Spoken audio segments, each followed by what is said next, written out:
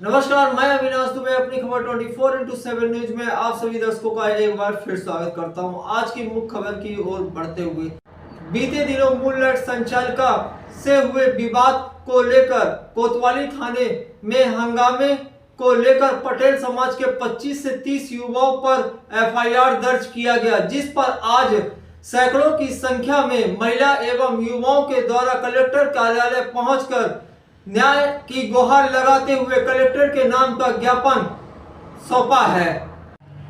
अनूपपुर बीते दिनों मूनलाइट संचालिका पिंकी पटेल के साथ निरंजन शुक्ला एवं उनके अन्य 3 साथियों के द्वारा अशब्द भाषा का प्रयोग करते हुए मारपीट की घटना को अंजाम दिया गया था, जिस पर महिला के द्वारा कोतवाली पहुंचकर एफआईआर न होने से नाराज लोगों ने हंगामा करा। तब जाकर पुलिस प्रशासन के द्वारा महिला की बात सुनी गई और एफआईआर दर्ज किया गया एवं घटना के अगले दिन संचालिका के साथ पुनः पटेल समाज के लोगों द्वारा आरोपियों की गिरफ्तारी की मांगों को लेकर परिसर में घुसकर हंगामा किया। साथ ही पुलिस प्रशासन मुर्दाबाद के नारे भी लगाए गए, जिस पर थाना कोतवाली प्रभारी अरविंद जैन के द्वारा शासकीय कार्य में बाधा उत्पन्न करने एवं थाने में हंगामा करने को लेकर लगभग 25 से 30 युवाओं पर निम्न धाराओं के तहत एफआईआर दर्ज की गई है, जिससे नाराज होकर आज पटेल समाज की महिलाओं एवं युवाओं के द्वारा सैकड़ों की संख्या में कलेक्टर के नाम का ज्ञापन देते हुए कोतवाली थाना प्रभारी अरविंद जैन के द्वारा लगाए गए आरोप की षड्यंत्र के तहत बिना तथ्यात्मक जांच की निराधार 25 से 30 लोगों पर एफआईआर दर्ज किया गया है, जिस पर पुनर्विवेचना कर एफआईआर खत्म करने की मांग की गई है। मामला ये था कि जब मेरे साथ मूनलाइट के रेस्टोरेंट के बाहर घटना हुई थी, उस पर जो सभी मेरे भाई लोग गए थे, मेरा क्या लिखित रूप से आवेदन लिया जा रहा था, उसमें कार्रवाई कड़क नहीं हो रही थी। तो फिर मेरे भाई लोग सब एकत्रित होके आए, इकट्ठा होके आए और बोले कि इतना भयंकर रूप से मारा गया, घसीट के पटक के, उसमें भी आप लोग लिखित में कार्रवाई ले रहे हैं। तो कड़ी कार्रवाई ना होने के चक्कर में मेरे भाई लोग थोड़ा भयभीत हो गए। उसी को लेके अभी कुछ मेरे मुद्दे को दबा दिया गया और मेरे भाइयों के खिलाफ़ एफआईआर दर्ज हो गई है और उसमें यही है कि अभद्र कानूनी तौर से ये करे हैं। आप ये बताइए, किसी बहन के साथ घटना होगा तो उनके भाई आक्रोश में नहीं आएंगे, नाराबाजी नहीं करेंगे थाना में, तो क्या चुप बैठेंगे? आपने जो यहाँ पर ज्ञापन दिया, ज्ञापन देने के बाद क्या आश्वासन मिला आपको? किसी प्रकार का कोई आश्वासन? शासन में तो अब यही है कि मैम ले ली हैं और बोल रहे हैं हम कि जांच करेंगे, कार्रवाई करेंगे, और यही जवाब दिया गया है। अब आप देखते हैं आगे कि क्या होता है। किस प्रकार की न्याय की आप उम्मीद रखती हैं शासन प्रशासन से?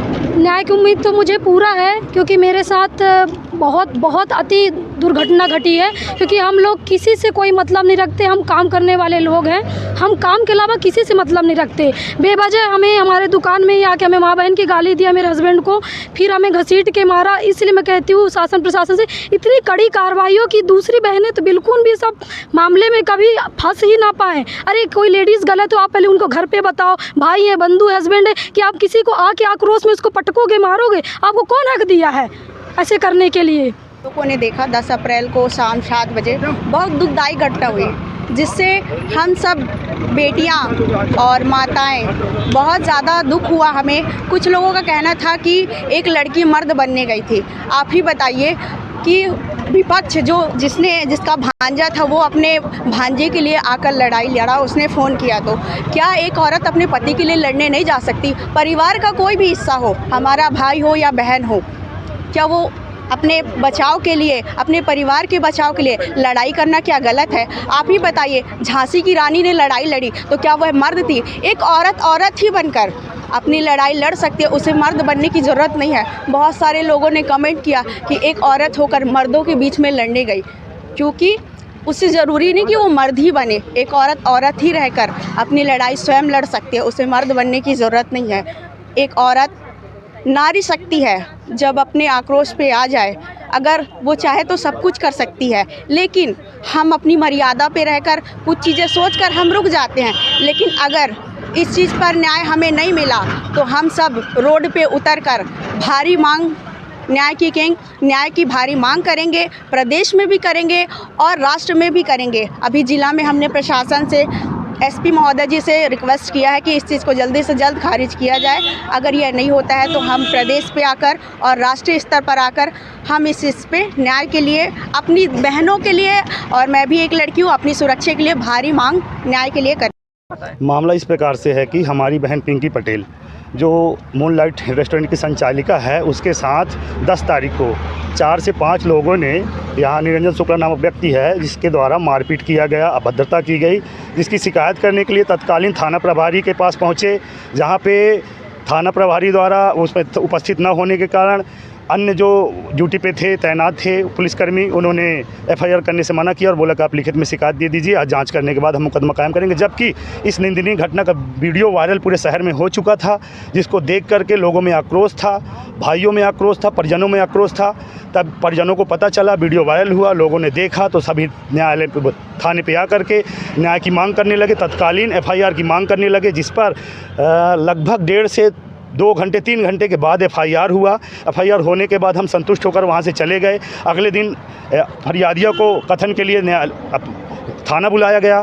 थाना बुलाने के बाद जब फरियादिया ने अपराधियों के गिरफ्तारी की बात की कि गिरफ्तार क्यों नहीं किए हो, थाना क्यों लेके नहीं आए हो, पुलिस प्रशासन द्वारा यह बताया, आश्वासन दिया गया कि अपराधियों को गिरफ्तार कर लिया गया है, लेकिन अपराधियों को थाना नहीं लाया गया था, जिससे परिजन लोग भी मांग करने लगे कि अपराधियों को जल्द से जल्द गिरफ्तार करें, क्योंकि अपराधियों द्वारा खुलेआम घूलने से उसके जान को खतरा था, धमकी था। इस वजह से हमने उनकी गिरफ्तारी की मांग करने लगे, जिस पर तत्कालीन टीआई अरविंद जैन द्वारा धमकी देने की बात कही गई कि अगर तुम यहाँ से नहीं हटोगे तो तुम पे कार्रवाई कर दी जाएगी।